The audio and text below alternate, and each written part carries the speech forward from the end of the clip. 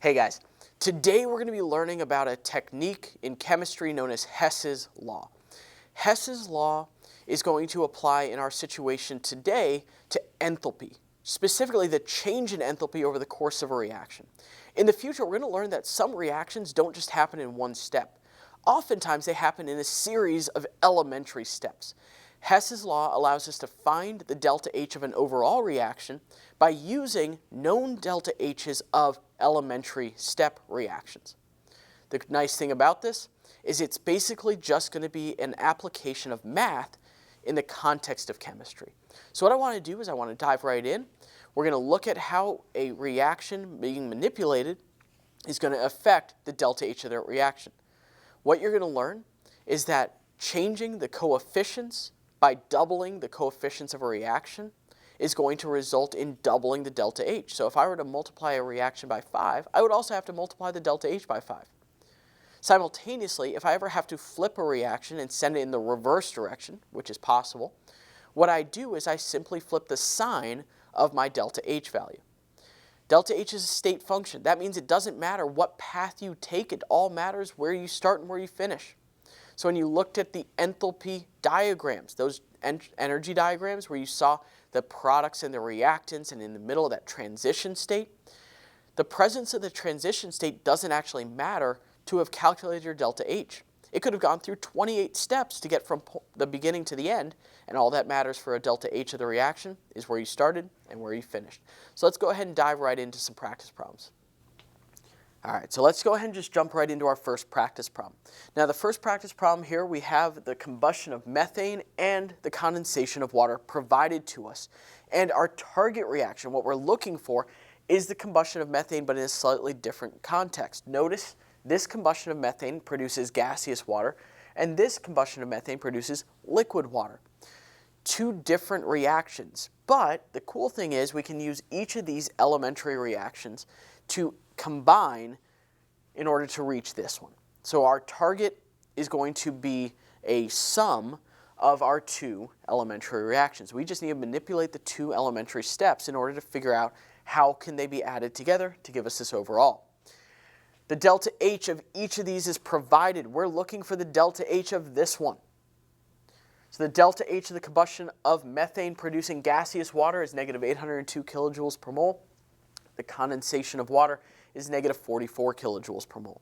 So we need to figure out how to manipulate these to reach this. The first thing we're going to do, look for products and reactants. Methane. Methane is a reactant, and it's only a reactant. Notice how there's only one methane, and it's only in the first one, and it's only a reactant. In our target, it also is a reactant. Then we look to see whether its coefficient is accurate. In our elementary step, the coefficient's a 1. And in our target, the coefficient's of 1. This suggests that our first elementary step is okay as is. We don't have to manipulate it. The reason is because coefficient matches and side of reaction matches. Let's move on to the second thing, oxygen. Now, oxygen is also reacted here. It's only on the left, and its coefficient's at 2. Same here. So we're good. Water. Now, water's weird. So let's go back to water here in a second. Carbon dioxide, coefficient's a 1, coefficient's a 1. Both are on the product side, so we're okay. Let's go back to that water. Notice how here water is in the liquid form. Now that's critical because in this reaction it's in the gaseous form. That tells me I need to somehow get rid of the gaseous form and replace it with a liquid form. The way I do this, manipulating the second equation. Now, in order to manipulate the second equation, what I'm going to do is look at my arrows. If I look at my arrows as being almost an equal sign, just like in math, if it's on both sides of the arrows, you can cancel it. Well, in this case, without leaving this reaction in any way, shape, or form, I can look and say, well, gaseous water is here, and here it's here. But I can't straight cancel them. The reason I can't cancel them is because the coefficients don't match. So what I need to do, manipulate the second equation to make the coefficients match. I need to multiply the second equation by 2. Now doing so multiplies the moles by 2, which also multiplies my delta H by 2. So I also need to multiply this by 2. By doing that, I end up with a reaction that looks like this.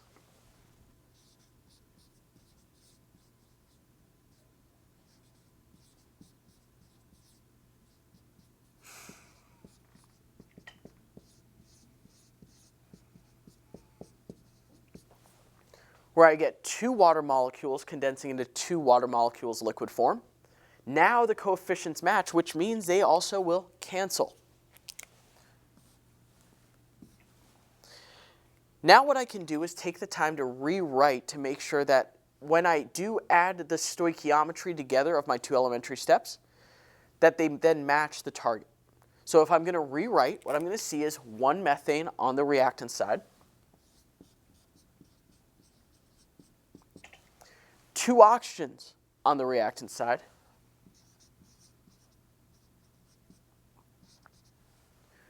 on the product side, remember we've canceled this water molecule with this one, and so we're only left with 2 liquid molecules of water, or 2 moles of liquid water.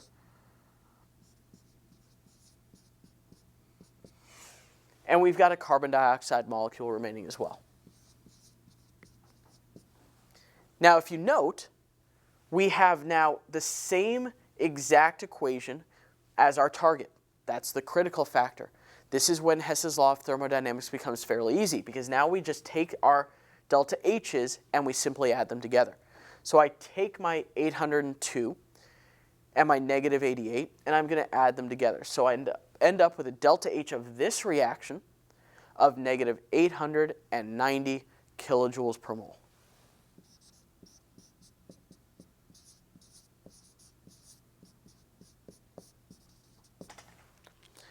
Hess's law of thermodynamics is fairly straightforward, but we need to make sure that we are matching our coefficients and the sides of the reactions. Once our target reaction is met, do not forget to make sure that you've manipulated these delta H's as well.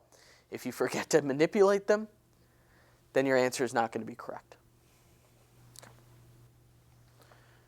Let's do a second practice problem. Now the second practice problem, my target equation that I'm looking to match is N2 plus 2 O2s react to yield 2 NO2s. I've got 2 different elementary steps that I can use, and I'm given the delta H's for each of them. My target, again, I'm looking for the delta H of my overall reaction, my target reaction. So we start by looking at nitrogen. Nitrogen in my target is on the reactant side with a coefficient of 1, and in this also, reactant side coefficient of 1. For that reason, we're not going to do anything yet. O2. Now, O2 is on my reactant side with a coefficient of 2. Now, the weird thing is, here it's got a coefficient of 1.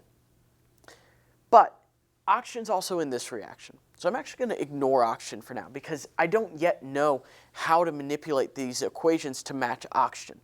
If it's in both of my elementary steps, there's a good likelihood that they're going to combine or cancel at some point.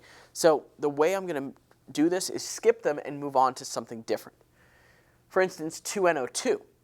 2NO2, if I look at my elementary steps, I notice that 2NO2 is here on my reactant side of my second elementary step. Well, that's not okay, because here it's a product. The coefficients match, but the side of the reaction doesn't. In order to make the coefficients and the side of the reactions match, remember, coefficients we multiply, but side of the reaction, we can flip the reaction. So what I'm going to do is I'm going to flip this reaction, and I'm going to turn it around. In doing so, I also have to make sure I flip my delta H.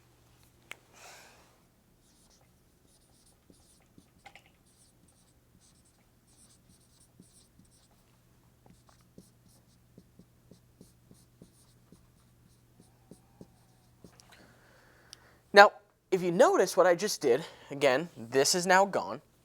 What I now have done is I've taken this reaction, and now all of a sudden my oxygen's on the reactant side. Now, that's interesting, because if we look at this and start combining and canceling, what you'll see is that the oxygens combine. Simultaneously, the NO, 2 on each side, they cancel. So if I were to rewrite this entirely, what I'm going to end up with is nitrogen N2 plus 2 oxygens reacts to yield 2 NO2s.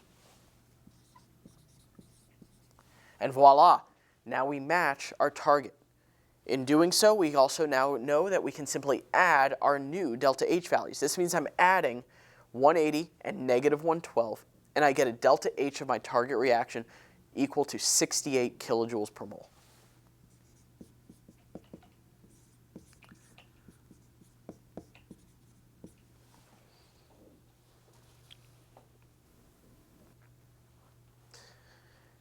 All right, now here's a challenging problem that I want you to try on your own. Go ahead and take a few minutes, all right? Pause the video, try this problem.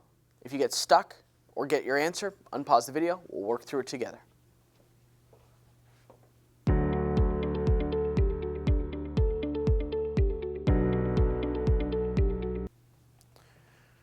All right, now you've had a couple of seconds to work through this. Let's go ahead and work through it together. Now, this one's tricky because it's got 3 different elementary steps. That makes things challenging, but we just go through the same process that we've gone through, which means we look at the nitrogen. Nitrogen is a reactant here. We are looking elsewhere in this for where nitrogen exists. In this case, it exists in my 3rd elementary step. Now, the coefficients don't match, but the side of the reaction does. Now, if the coefficients don't match, that means I need to multiply all of this by something to match coefficients. In this case, 1 versus 2, so I need to multiply this whole reaction by 2.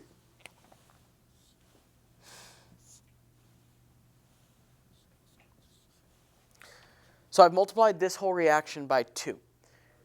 That is going to be rewritten as, now, once we have this set up, where we've got it equal to negative 696.4 kilojoules per mole, we can now move on.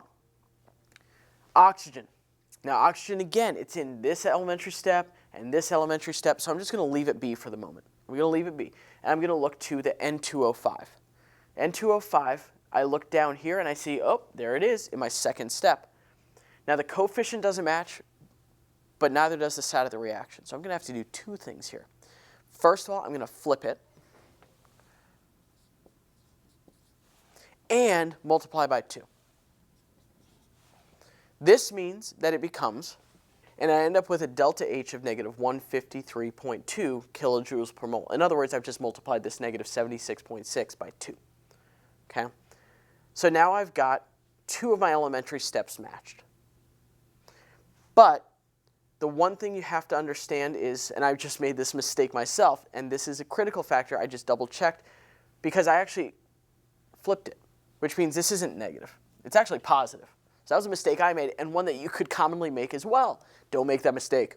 If I flip the reaction, you flip the sign of your delta H. So now we have 2 revised elementary steps. And you'll notice that we have now accounted for everything except for the oxygen.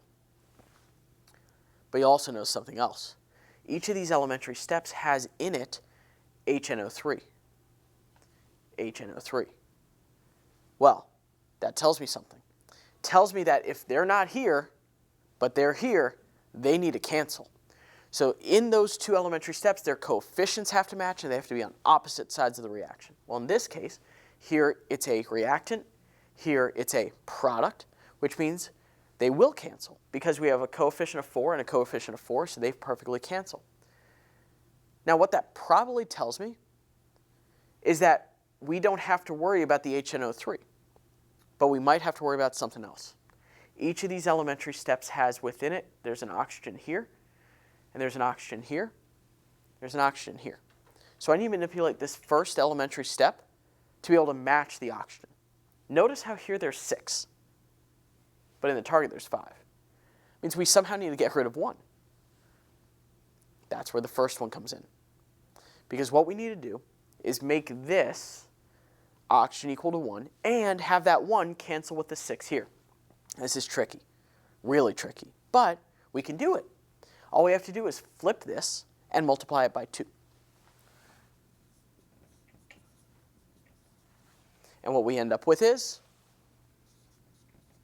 all right, so again, I've flipped the reaction, I've flipped the sign, I've multiplied it by 2. So now I have 3 brand new elementary steps. So I'm going to ignore the original 3 and only use the new 3.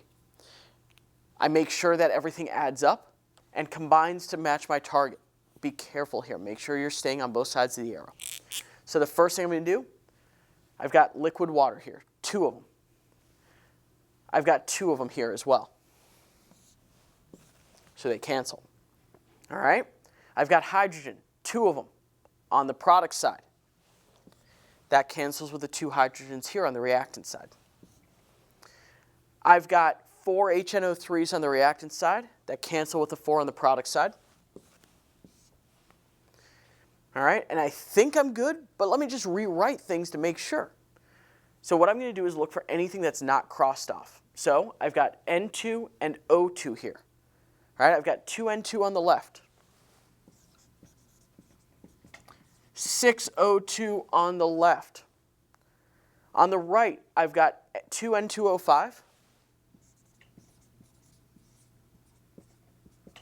and I've got an O2. Oh, wait, not everything canceled. I need to do one more thing. This oxygen cancels with one of them here.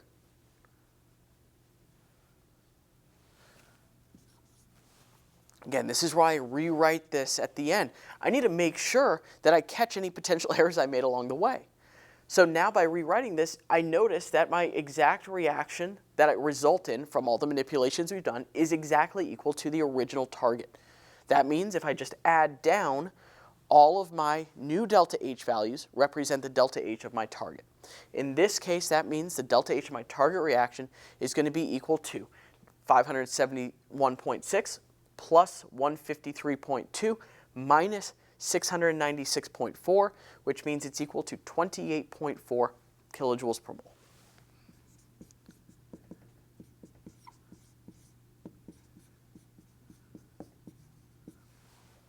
So again, this is a tricky problem. This one is not easy. It's going to require many steps, but using the same techniques we've taught and learned in the last couple of practice problems, you can easily handle it as long as you keep each step straight in your head. All right, so that wraps up today's video. Today we learned about Hess's law and how it applies to the enthalpy of an overall reaction. We were able to manipulate elementary steps by changing coefficients or reversing them.